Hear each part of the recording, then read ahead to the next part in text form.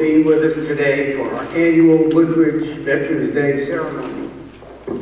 Every year on Veterans Day, we gather here to honor and show our appreciation to all of the men and women who served proudly in the armed forces of the United States.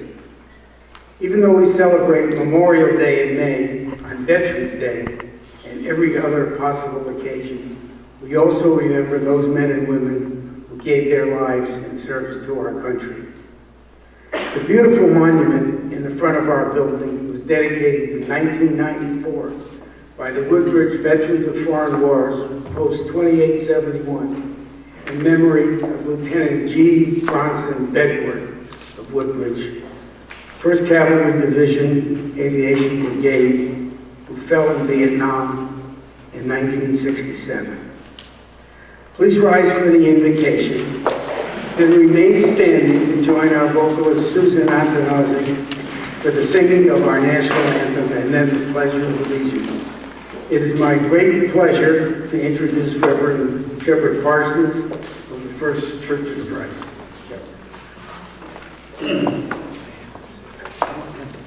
Whatever you want.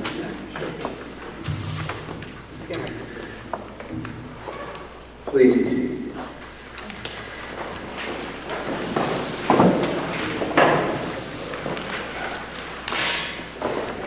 If today was a shorter prayer, I would have kept you standing.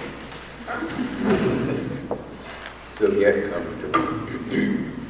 It is an honor to be here and a privilege, and I am personally grateful for all of you who have served our country in peacetime and in times of warfare. Let us pray as we gather together. Almighty and gracious God, who makes the sun to rise upon the righteous and the wicked, the rain to fall upon the blessed and the cursed, we gather here today as a thankful people. We are grateful for the food and shelter you provide, for the communities that support and protect us, for the beauty that surrounds us, and hope for the coming day when suffering and sorrow are no longer the source of our cries, that day when all our tears will be of joy.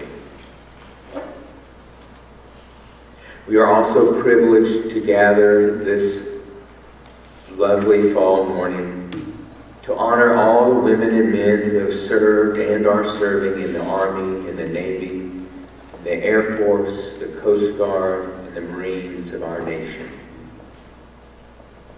We pray for all who have given a portion of their lives in service to our country, and that we may honor them in humility and simplicity. We pray for all those who did not return from their service, and all their grieving families and communities. We pray, O Lord, for those so wounded and traumatized that their battles have followed them home, and for all who struggle with them. Remind us, O Lord, that the effects of war reach far beyond the battlefield. Be with and protect all whose lives have been changed by war, the homeless and the hungry, the orphan and the widow, the lost and the lonely, the traumatized and the terrified, those exploited and those exported from places of sanctuary, and all your children whose lives will never be the same. All-loving God, you have made most clear to us that war is evil and contrary to your will. We give thanks for those who have rushed into its raging mouth, that we might know something of peace. Remind us ever and ever and ever again that in you is found our true liberty, that forgiveness is your gift, enabling communities and nations to live together, that reconciliation emanates from your all-inclusive, never-ending, and all-powerful love, and that you are the source of all life. This we pray, trusting in your grace and mercy. Amen.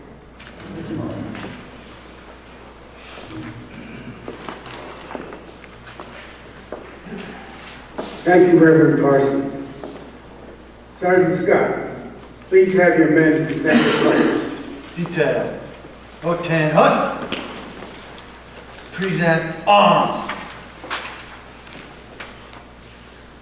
All rise, please. Suzanne Murphy at the National Anthem.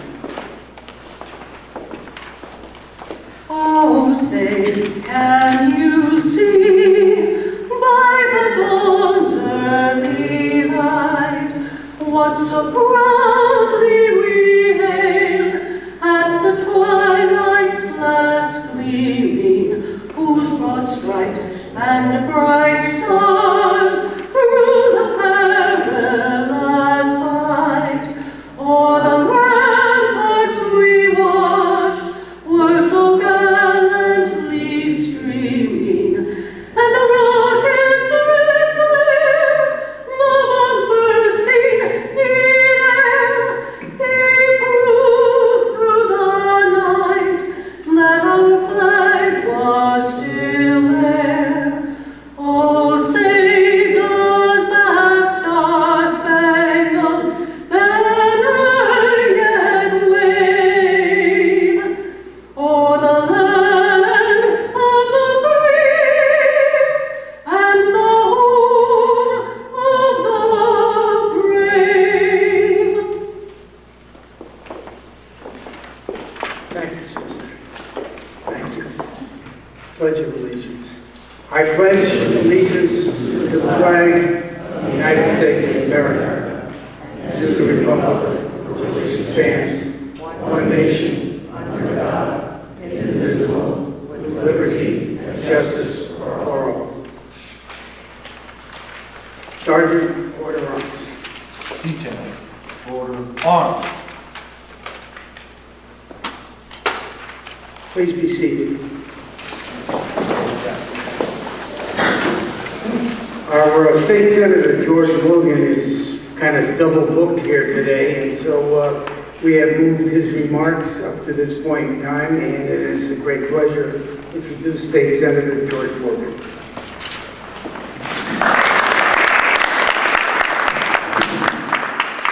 Thank you. I'm honored to be here with you today. I'm your State Senator George Logan.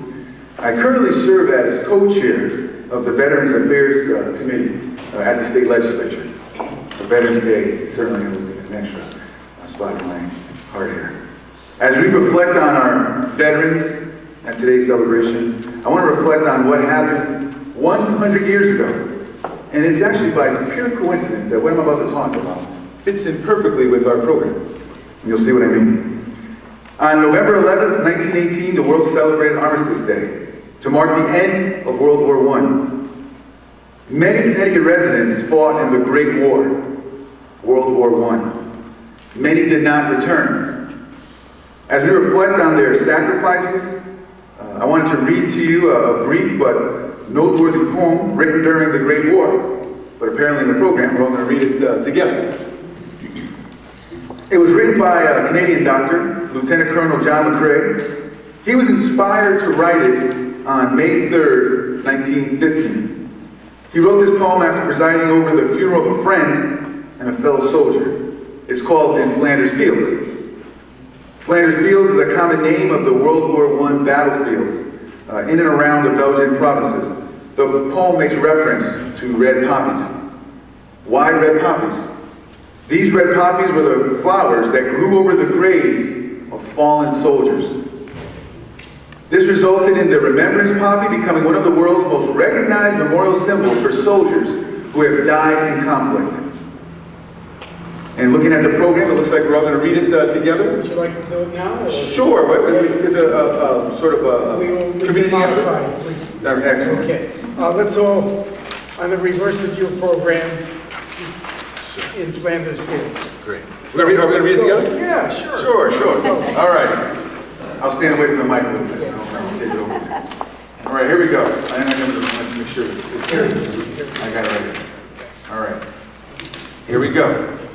In Flanders fields, the poppies blow.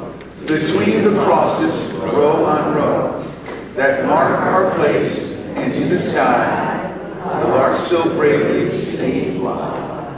Scarce heard amid the guns below, we are the dead, short days ago. We lived, felt dawn, saw sunset glow, loved and were loved, and now we lie in Flanders fields.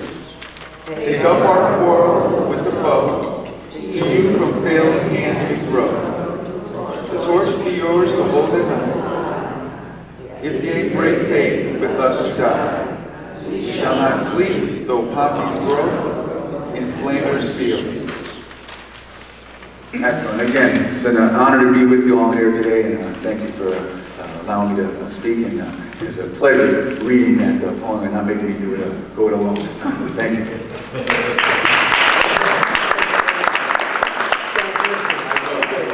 Take your time. Safe travels. Supposed to be an Aunt Sonia at 11 o'clock as well. Take care of. Thank you. Thank you. Thank you very much, Senator Logan. I'd like to thank everyone whose efforts made this ceremony possible. Thank you, Reverend Parsons, and I appreciate your ongoing help with our Veterans Day and Memorial Day ceremonies.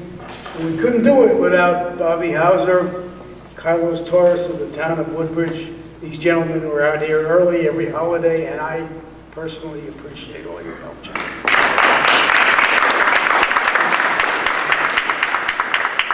Thank you to our wonderful vocalist, Susan Antonos. Thank you. Many thanks to, I cannot not say Jerry Shaw, even though she's going to be back next week. Tomorrow. Okay, many thanks to Jerry Shaw from the town of Woodbridge.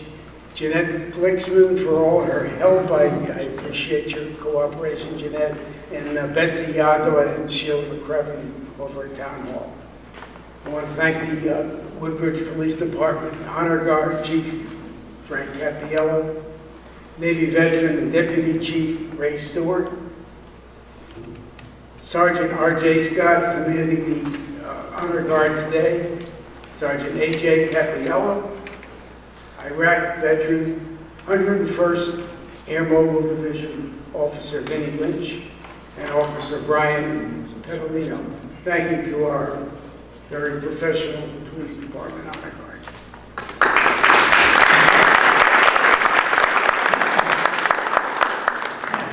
Yeah, I already thanked Senator Logan. I would like to thank Board of Selectmen member Joe Crisco for being here, and of course our wonderful First Selectman Beth.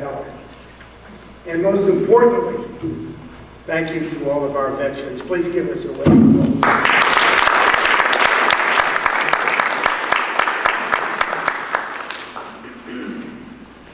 On every Veterans Day and Memorial Day, you getting me back there? Okay. On every Veterans Day and Memorial Day, the town of Woodbridge remembers and honors Private Eric Safrine, blessed memory, who fell in Afghanistan in 2011. Eric's parents, Michael and Donna, and grandmother, Betty, are here with us today. And I'd like to have Michael come up for the presentation of the wreath for Eric.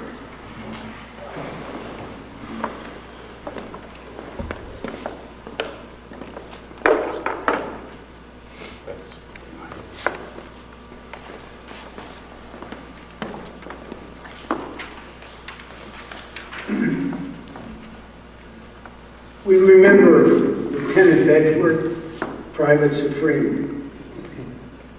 We also remember 5 Woodbridge veterans who passed away since we last met. Dr. William Miller, Oscar Parente, Douglas Harrigan, Harold Kent, and Ronaldo Rutolo.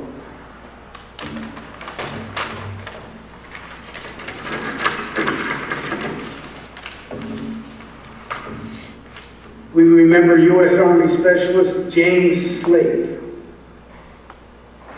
fell in Afghanistan on October 4th. We remember Army Major Brent Taylor of the Utah National Guard, who was killed in Afghanistan on November 3rd in an insider attack by one of the Afghan soldiers. He was there to help. We'll talk more about women in the military later on, but let me tell you about the Angels of Bataan and Corregidor. When the Philippines fell to the Japanese in 1942, there were 78 Army and Navy nurses who became prisoners of war. These brave, heroic women endured over 3 years of very, very harsh conditions in a prisoner of war camp, and still did all they could to carry on professionally and save as many lives as possible. When they were liberated from the prison camps in the Philippines, the average weight on these nurses was 85 to 90 pounds. They were heroes, even though they were prisoners. I don't have to remind you about Senator John McCain's long service to our country, or the 5.5 years of beatings and torture inflicted upon him as a prisoner of war in the Hanoi Hilton prison camp in Hanoi. In my opinion, John McCain was a hero, and I'm sure my fellow veterans will agree with me. So in honor of the millions of Americans who served their country, and for those who gave their lives, please rise for a moment of silent respect.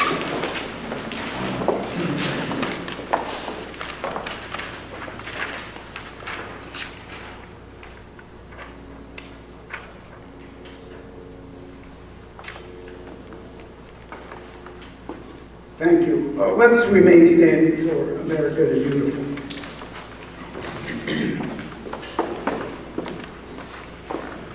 Oh, beautiful, for spacious skies, for amber waves of grain, for purple mountain majesties above the fruited plain.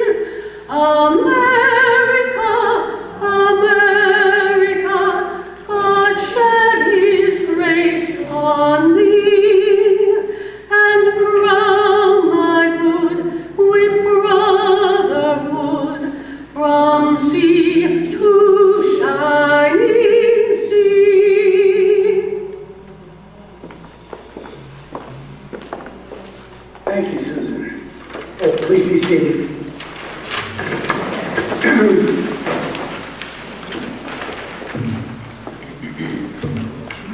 The armistice ending World War I was signed 100 years ago yesterday, November 11, 1918, at 11 o'clock in the morning.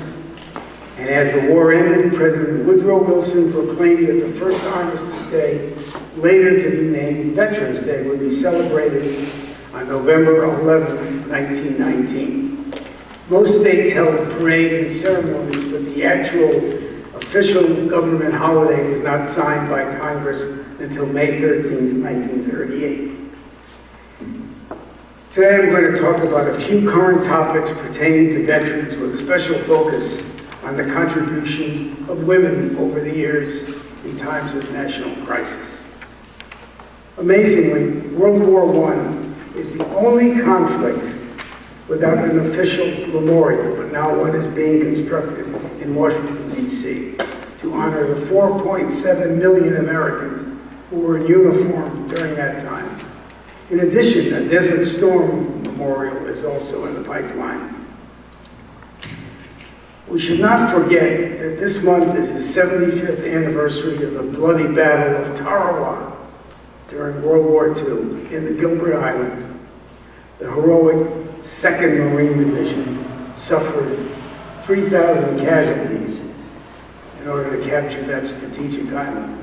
If you want to learn more about this, there's some great books in our library, and also you can go on YouTube or go on Wikipedia, and you can read all about it. Not enough recognition has been given to the role played by women in the defense of our country. In World War I, there were about 10,000 nurses serving overseas in France and Belgium. During World War II, there were about 150,000 WACs, short for Women's Army Corps, as well as many women serving as Navy waves. Women accepted for voluntary emergency service. I remember, okay. 59,000 nurses were in the armed forces during World War II. 16 were killed by enemy action. World War II was the first time in history that large numbers of American women began to work outside of the home. The national emergency broke the traditional role of women and brought them into factories and shipyards, as well as into the military. And by 1942, there was even a crew of female window washers who were working 94 floors on the exterior of the Empire State Building. Think about that. I don't think that that would be a job for my wife. She would not get just rich. Thousands of women worked 24/7 in defense plants. Here in New Haven, thousands of women were employed at Winchesters, which produced thousands and thousands and thousands of machine guns and weapons and billions of bullets. A woman who worked in one of these defense manufacturing jobs was affectionately known as Rosie the Riveter. Who knows the story of the WASPs in World War II? Women's Air Force Service pilots. These were volunteer civilian pilots whose job it was to ferry military aircraft from factories to bases and ports for shipment overseas. Since, unlike the Russian military, American women were not allowed to participate in combat, the purpose of the WASPs was to free up male pilots for combat duty. There were 1,075 experienced female pilots who flew over 60 million miles, transported every type of military aircraft, and even towed live targets for gunnery practice. In the Korean conflict, there were 700 Army nurses and 400 Navy nurses aboard hospital ships. 11,000 women served in Vietnam. Well, I didn't see too many of them, but 6,200 were nurses. Many others worked for the American Red Cross, Catholic Relief Agency, the USO, and its correspondents. Lieutenant Sharon Ann Lane of the 312th Evacuation Hospital at Chu Lai in Vietnam, an Army nurse, was killed in action in 1969 when her hospital received mortar fire and she was struck by shrapnel. Air Force Flight Nurse Mary Therese Klinker lost her life in the crash of a giant C-5A Galaxy transport in Saigon after it had just taken off from Tan Son Nhut Air Base as part of something called Operation Baby Lift. This was an attempt to evacuate Vietnam orphans from Vietnam to the United States. So times have changed significantly, and in today's military, women can participate in combat. Many women have served in the ongoing conflicts in Iraq and Afghanistan. And in recent years, several women have even been selected for the very high rank of Admiral and General. And Staff Sergeant Amanda Kelly just graduated from the grueling Army Ranger program at Fort Benning, Georgia.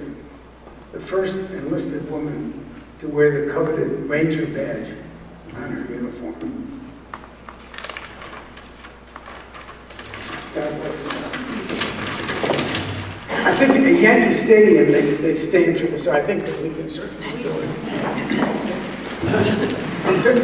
Don't wear a Red Sox hat at Yankee Stadium.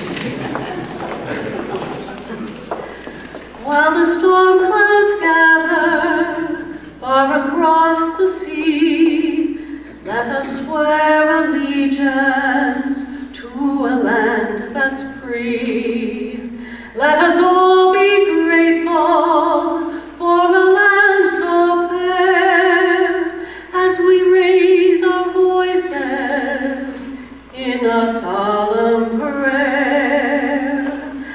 God bless America, land that I love. Stand beside her and guide her through the night with a light from above. From the mountains to the prairies to the oceans white with foam. God bless America, my home, sweet home. God bless America, my home, sweet home. Thanks.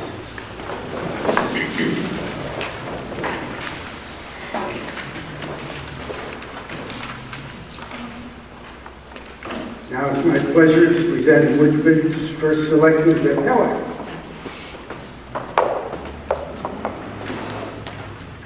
Good morning, everyone. Before I begin my speech, I just want to thank all the veterans for being here today and all of them that have served. Thank you all, and Barry did most of the thank yous, but we agreed that you do this year, but I want to thank you, Barry, for stepping up and putting this service together. It was lovely as usual, still going. So thank you.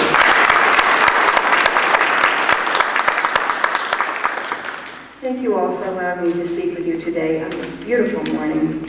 And thank you for those who took time from their busy schedule to join us. This is a very important day as we pause to thank the men and women who have served in our armed forces. Both my grandfather and my father served in the military. We appreciate and are thankful for the safety and security of our servicemen and women who have always provided for us in the United States of America, as well as for people all around the world. I am deeply honored to stand with you commemorating the sacrifices of those military men and women who have laid down their lives in service to this nation. I'd like to take a moment and acknowledge any who have lost loved ones in the line of duty to this country. It doesn't matter how much time has passed, no words of condolence can even begin to adequately console a survivor's grief. And while grief from loss may change throughout the years, it never leaves us. As we all know, Veterans Day began as a day to celebrate the end of a war and the hope for lasting peace. Although we have not yet achieved that peace, I still have every hope that when our children and our grandchildren become the leaders and decision makers of our country, they will get us there. It has been said in the United States, the one office higher than the president is a patriot, someone who loves and serves his or her country. There are many ways to be a patriot, and our veterans, by helping to secure freedom and justice for all people, are truly patriots. We ask so much of our men and women in uniform, and it is only right that we're able to support and honor them when they come home. I'd like to take this opportunity to remind everyone that while we pause to honor our veterans today, we serve them every day here in Woodbridge. Mary Ellen LaRocca, our Human Services Director, is also the Town of Woodbridge Veterans Contact Person. She's available to our veterans and their families who have questions about how to access services. In addition, the Human Services Commission voted to begin a pilot program providing free transportation for qualifying veterans and their spouses to medical appointments and to the Woodbridge Center through April of 2019. These services are already provided to Woodbridge residents who are veterans over 60 years old who are disabled. President John F. Kennedy once said, "As we express our gratitude, we must never forget that the highest appreciation is not to utter words, but to live by them." On behalf of the Board of Selectmen and the residents of our town, I offer our heartfelt thanks and deepest gratitude to our veterans and their families. Thank you.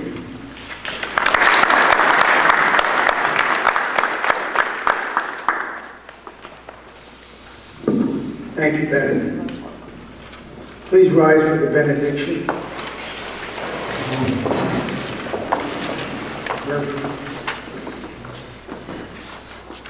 You know, World War I was called the war to end all war.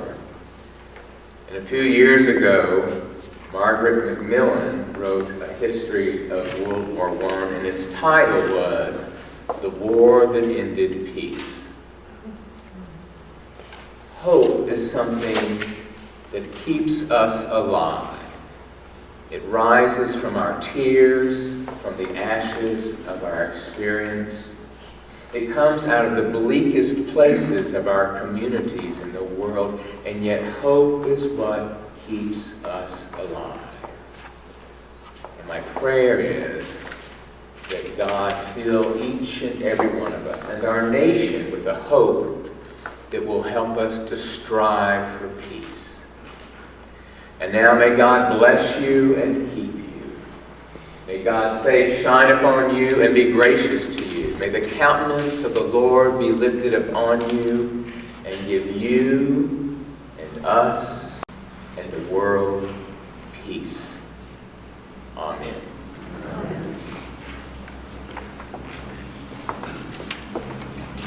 Thank you, Reverend Morrison.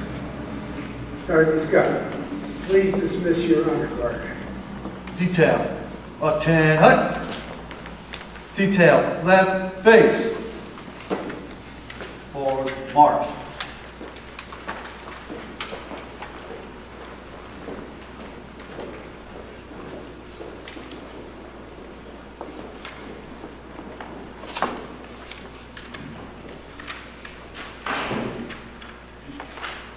Thank you all for attending this ceremony in honor of our veterans.